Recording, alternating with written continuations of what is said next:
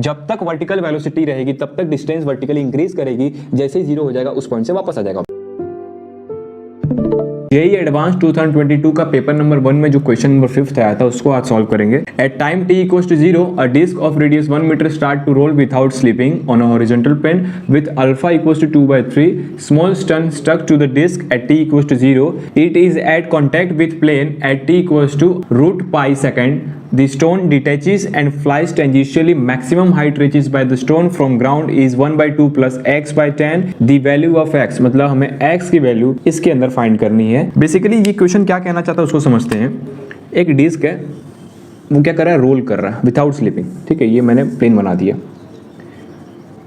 Eight t equals to 0 एक stone यहाँ पे स्टक हो गया, यहाँ पे स्टोन क्या हो गया, चिपक गया इसके साथ, ठीक है। After t equals to √π second के बाद क्या हुआ कि ये जो डिस्क रोल हो रहा था ना, इसमें से स्टोन फ्लाइज हो गया टेंजेंशियली, इसमें से स्टोन क्या हुआ टेंजेंशियली कुछ इस तरीके से फ्लाइज हो गया, ठीक है। मान लो सपोज ये जो एंगल इसके बीच में वो थीटा है, ओके। तो जो ये मैक्सिमम हाइट यहाँ से कवर किया है ना, सपोज ये क्या हुआ, इसका मैक्सिमम हाइट हो गया प्लेन से। तो इस हाइट की वैल्यू इसने दे रखी है प्लेन से 1/2 प्लस x by 10। इसके अंदर x की वैल्यू फाइंड करनी है, यही हमारा क्वेश्चन है, ठीक है। स्टोन जो यहाँ पर है ये जब यहाँ से डिटैच होगा, फ्लाइज करेगा, तो ये क्या करेगा, यहाँ से करेगा प्रोजेक्टाइल मोशन। क्या करेगा, प्रोजेक्टाइल मोशन। तो अगर मैं ये वाला हाइट निकाल देता हूँ इस मोशन के अंदर, और ये वाला हाइट भी अगर मैं निकाल दूंगा, और जो मेरे पास सॉल्यूशन आएगा उसको मैं इस इक्वेशन से रिलेट करूंगा और मैं x की वैल्यू निकाल दूंगा, ठीक है। तो अब देखते हैं इसके अंदर क्या क्या अपने को पहले निकालना पड़ेगा। अगर ये एंगल थीटा है तो ये भी थीटा होगा, वो कैसे देखो। अगर मैं इस लाइन को टेंजेंशियली आगे खींच देता हूँ कुछ इस तरीके से, ओके, ये थीटा है और मैं इसको यहाँ से खींचूंगा, ओके, तो ये भी थीटा हो जाएगा क्या, नहीं समझे।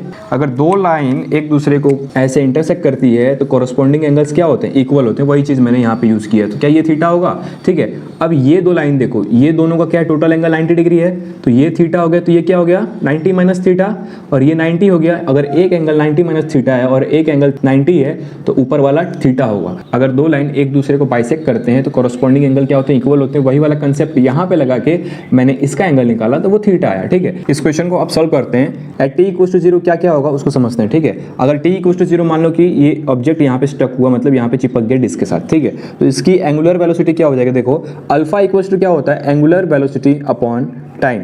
एंगुलर एक्सेलरेशन इक्वल्स टू क्या होता है, एंगुलर वेलोसिटी अपॉन टाइम। ये चीज़ें कैसे आई उसको समझाता हूँ। जब हमने एक्सेलरेशन की वैल्यू निकाली थी, एक्सेलरेशन इक्वल्स टू क्या होता है, वेलोसिटी अपॉन टाइम। अगर हमारे पास मोशन सर्कुलर है तो एक्सेलरेशन क्या हो जाएगा, एंगुलर एक्सेलरेशन, वेलोसिटी क्या हो जाएगा, एंगुलर वेलोसिटी, और टाइम टाइम ही रहेगा। तो कुछ इस तरीके से हमने चेंज किया, ठीक है। इस इक्वेशन से जब आप एंगुलर वेलोसिटी की वैल्यू निकालोगे तो वो क्या आ जाएगा, अल्फा इंटू टी, ठीक है। अब आपको मालूम है कि at t equals to 0 value क्या होगा एंगुलर वेलोसिटी की, देखो अल्फा इंटू 0 करोगे क्या आ जाएगा, 0 आ जाएगा। तो मतलब at t equals to 0 omega is also 0, समझ गया क्या हुआ ये, at t equals to 0 omega is also 0। अब हम लोग देखेंगे कि ये जो t इक्वल्स टू √π सेकंड दिया है, इतने टाइम में ये जो ऑब्जेक्ट होगा नीचे स्टक हुआ उसने कितना एंगल को डिस्प्लेस किया, मतलब हम लोग ये थीटा की वैल्यू निकालेंगे, ठीक है। तो एट t इक्वल्स टू क्या दिया, √π सेकंड।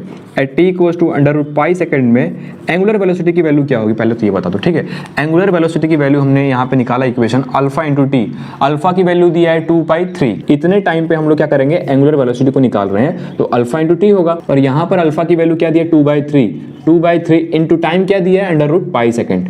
तो ये जो वैल्यू आ गई 2/3 पाई सेकंड क्या आ गई हमारे पास, एंगुलर वेलोसिटी की वैल्यू आ गई। एंगुलर डिस्प्लेसमेंट की वैल्यू क्या हो जाएगी, देखो omega naught into T plus half alpha into t का स्क्वायर। ये इक्वेशन कुछ देखा देखा लग रहा होगा आपको, लग रहा है, देखो यहाँ से है S equals to u t plus half a t square. जो इक्वेशन था हमारा, सर्कुलर मोशन की सारी वैल्यू इसके अंदर रख दी, ठीक है। तो यहाँ से अगर आप देखते हो तो t इक्वल्स टू 0 पे जो हमारा ओमेगा नॉट होता है इनिशियल एंगुलर वेलोसिटी होता है। क्या होता है, इनिशियल एंगुलर वेलोसिटी होता है, इनिशियल एंगुलर वेलोसिटी होता है। At t equals to 0 initial velocity क्या है, 0 ही है ना, तो क्या ये 0 हो जाएगा पूरा टर्म। तो थीटा की वैल्यू क्या आ जाएगी, half alpha into T square. यहाँ तक समझ में आया आपको। अब हमें क्या करना है, अल्फा और टी की वैल्यू रखनी है। तो अब मैं वैल्यू रखूंगा theta equals to half alpha t square, half into alpha क्या है 2/3, देखो 2/3 अल्फा हो गया इंटू टी का स्क्वायर, टी का √π का जब स्क्वायर करोगे आप तो ये जो वैल्यू हो जाएगी 2 से 2 कैंसिल हो जाएगा, ठीक है। √π का स्क्वायर क्या हो जाएगा पाई, तो π/3 क्या आ गया हमारा theta, which is equals to 60 degree.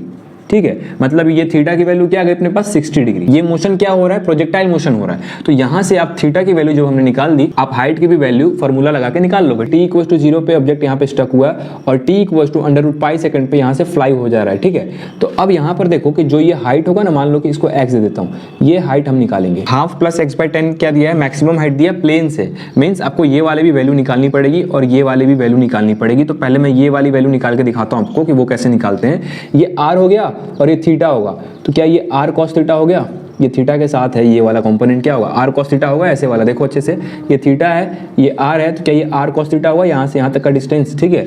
r cos theta की वैल्यू जब आप निकालोगे, r cos थीटा, हमारे पास थीटा की वैल्यू क्या आ गई थी 60 डिग्री, 60 डिग्री डाल देता हूँ, ठीक है। r इंटू cos 60 क्या होता है, हाफ, ठीक है। तो यहाँ से वैल्यू क्या आ गई, हाफ, तो ऊपर वाले की वैल्यू हाफ आ गई, तो नीचे वाले की क्या हो जाएगी, अगर टोटल r है हमारे पास, r में से हाफ माइनस कर दूंगा तो वैल्यू क्या आ गई, हाफ, ठीक है। यहाँ से क्या आ गई r/2 और r की वैल्यू यहाँ पे गिवन है, मतलब जो डिस्क है उसका रेडियस ऑलरेडी गिवन है, वो क्या है 1 मीटर, देखो 1 मीटर गिवन है, मतलब रेडियस इसका गिवन है, तो वैल्यू डाल दो, 1/2 हो गया। मतलब ये वाला जो हाइट हो गया वो क्या आ गया 1/2, जो कि हमें यहाँ पे क्वेश्चन में ऑलरेडी गिवन है। जिस पॉइंट पे ये ऑब्जेक्ट इस पॉइंट ऑफ कॉन्टैक्ट को छोड़ के फ्लाई हो रहा है टेंजेंशियली, उस पॉइंट से लेके प्लेन तक का हाइट क्या है 1/2, जो कि आपको यहाँ पे क्वेश्चन में गिवन है, ठीक है। अब हम निकालेंगे ये x/10 की वैल्यू निकालनी, इसलिए ये जो हाइट ऊपर का हाइट है, ये जो हाइट है आपका, इसको फाइंड करेंगे और इसके अंदर से x की वैल्यू निकालेंगे, ठीक है। उसके लिए थोड़ा मुझे ये सारी चीजें रफ करनी पड़ेगी। यहाँ से जो मोशन हो रहा है उस मोशन का डायग्राम मैं कुछ इस तरीके से बना देता हूँ ताकि आपको चीजें और अच्छे से क्लियर हो जाए। थीटा क्या आ गया था हमारे पास 60 डिग्री, ठीक है। ये यहाँ से प्रोजेक्टाइल मोशन हो रहा है, हमें क्या निकालना है, हाइट निकालना है, क्या निकालना है, हाइट निकालना है, ठीक है। वेलोसिटी का डायरेक्शन ये है तो v होगा, तो इसके कंपोनेंट हो जाएंगे, क्या होंगे, v sin थीटा, नीचे क्या हो जाएगा v cos थीटा। तो जब मोशन ऊपर होगा तो सिर्फ और सिर्फ उसके हाइट के लिए रिस्पॉन्सिबल होगा वर्टिकल वेलोसिटी, नहीं समझ में आया, ये vy है। जब तक वर्टिकल वेलोसिटी रहेगी तब तक डिस्टेंस वर्टिकली इंक्रीज करेगी, जैसे ही जीरो हो जाएगा उस पॉइंट से वापस आ जाएगा ऑब्जेक्ट, ठीक है।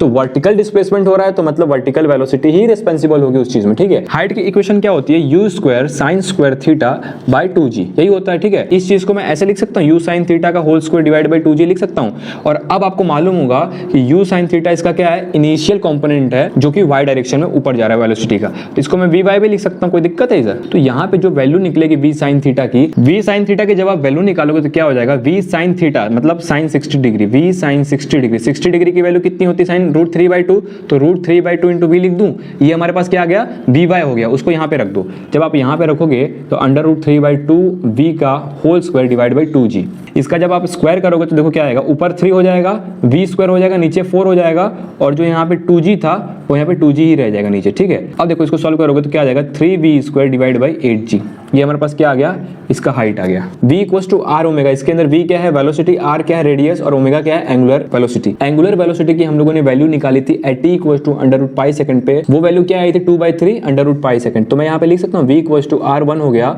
और ओमेगा की वैल्यू हम लोगों ने फाइंड की थी 2/3 √π, ये आई थी, ठीक है। तो v क्या आ गया 2/3 √π, इस v की वैल्यू को इसके अंदर रख दो, इस इक्वेशन के अंदर। तो हाइट की वैल्यू देखो क्या आएगी, 3/8g नीचे लिख देता हूँ, इंटू v का स्क्वायर, मीन्स ये जो v की वैल्यू आई उसका स्क्वायर करो, तो 2 का स्क्वायर 4 ऊपर आ जाएगा, और 3 का स्क्वायर 9 नीचे आ जाएगा, √π का स्क्वायर π ऊपर रह जाएगा, तो 9 से 3 हो जाएगा 3 टाइम्स में, 4 से 8 हो जाएगा 2 टाइम्स में, तो जो h की वैल्यू आएगी वो आ जाएगी π/6g।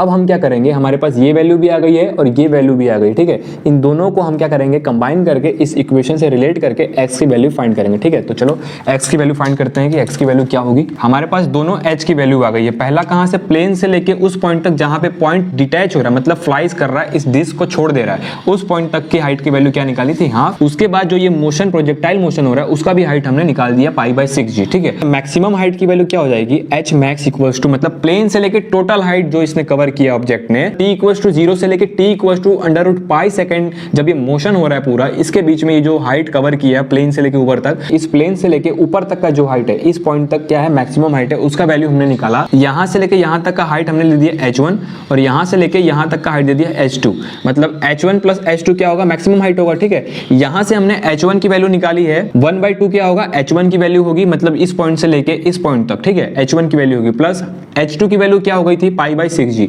तो मैंने लिख दिया π/6g, ठीक है। अब इस इक्वेशन को और इस इक्वेशन को कोरिलेट करेंगे, लेकिन उससे पहले थोड़ा और इसको सॉल्व करते हैं, ठीक है। अब ये g क्या होता है, 10 होता है, 10 मीटर पर सेकंड स्क्वायर, तो प्लस π/6 इंटू 10, ये क्या हो गया, आ गया, ठीक है। अब इस इक्वेशन को और इसको देखो अच्छे से, तो हाफ तो हाफ है ही, इसको हमने बाहर निकाल दिया, ठीक है। और यहाँ पे x/10 है, तो x/10 मतलब 1/10 को तो बाहर निकाल लो, 1/10 को क्या करो, बाहर निकालो, और जो भी आपके पास बच गया मतलब π/6 प्लस हाफ, ये जो π/6 आ गया यही आपका x है, क्योंकि अगर इसको आप x लेते हो और इंटू 10 करोगे तो ऊपर वाली वैल्यू आ गई जो कि हमारे क्वेश्चन में थी। तो x की वैल्यू क्या हो गई, π/6 विच इज इक्वल टू 0.52। सो एक एक स्टेप अगर आप समझते हो तो जेईई एडवांस के मैक्सिमम क्वेश्चन 80% आप सॉल्व कर सकते हो अगर आप स्टेप बाय स्टेप सॉल्व करना चाहते हो तो। सो आज के वीडियो के लिए बस इतना ही, मिलते हैं आपसे नई वीडियो में, तब तक के लिए बाय एंड कीप लर्निंग।